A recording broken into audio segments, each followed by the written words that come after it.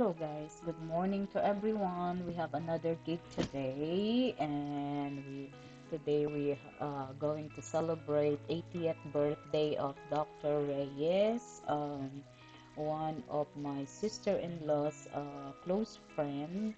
Um, Kaya ito, trabaho na naman kami, balik na naman kami sa work, what is good, kasi busy na naman kaming dalawa ng husband ko. Ito yung son niya. So, actually, itong place na ito is very memorable to sa amin because this is the place when my daughter celebrate her 7th birthday long time ago. So, it's overwhelming, but what can we do, right? It's fast as fast, so wala tayong magagawa. So, I remember this place. Hindi pa ganito ang itsura nito long time ago. Masaya yung birthday ng anak ko noon. 7 years old na niya. Kaya pina-rent namin to sa one of our family friends. So, I remember that time. So, anyway, ito yung celebrant. Dalawa sila. I think pinagsabay na yung birthday nila. Kaya nag-enjoy naman sila ng gusto. Good family, very successful family. They're both doctors. Ang mga anak very professional sila lahat. So maganda talaga ang kahit pa paano they were like enjoying their life. Pero syempre ang buhay is up and down, so wala namang perfect talaga. Anyway, my husband is singing live while they were dancing. Hindi ko lang mailagay yung audio original because makaka-copyright tayo. But anyway, this is their guest. Maraming taong nag-attend. Same catering yan yung sa may North Star. So nakita na naman kami. Alam mo, nakakatawa yung trabaho namin na ito kasi nagkikita-kita rin kami ng mga kung sino-sino yung mga hinahire nila. So it's good. What you need to raise it, 'cause I love you. Happy birthday to you. Happy birthday to you.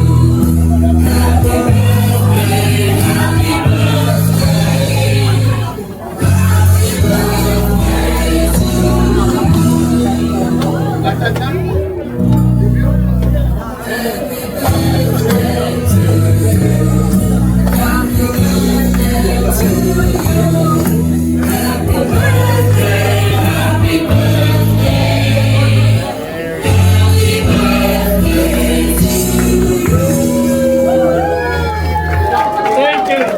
birthday to you.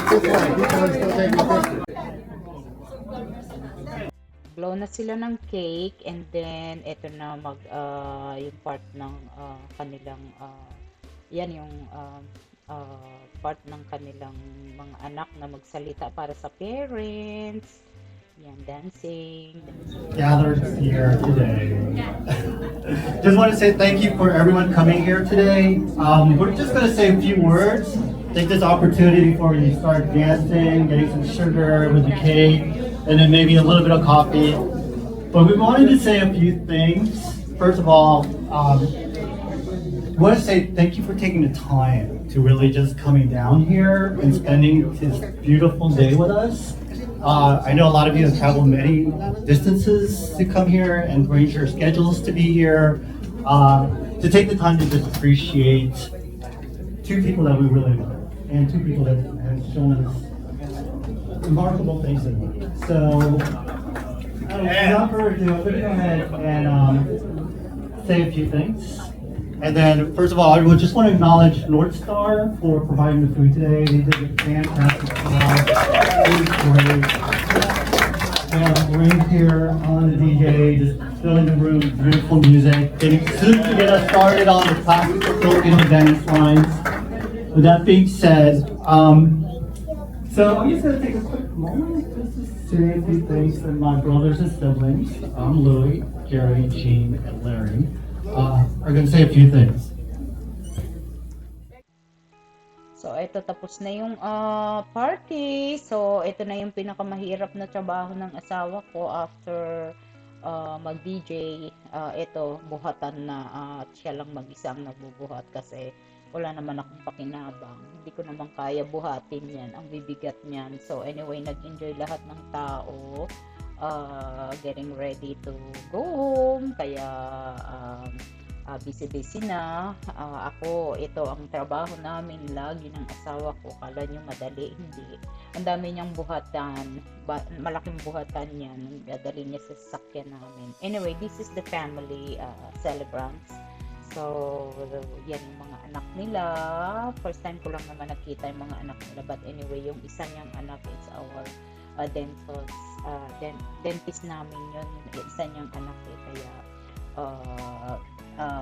actually meron kami appointment sa kanya this end of September. Magaling na dentist yung anak niya. They are all doctors. Ito yung labas ng venue. I remember that place, and this is ate. Ito yung nag-celebrate si Dr. Reyes, and this is the venue, like I said.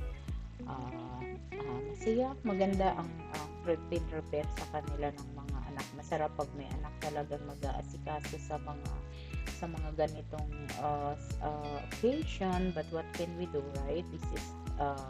This is life. Hindi tayo sinuwerte na ma-experience natin yan eventually kasi yun talaga yung story ng buhay namin. Very sad, but what can we do?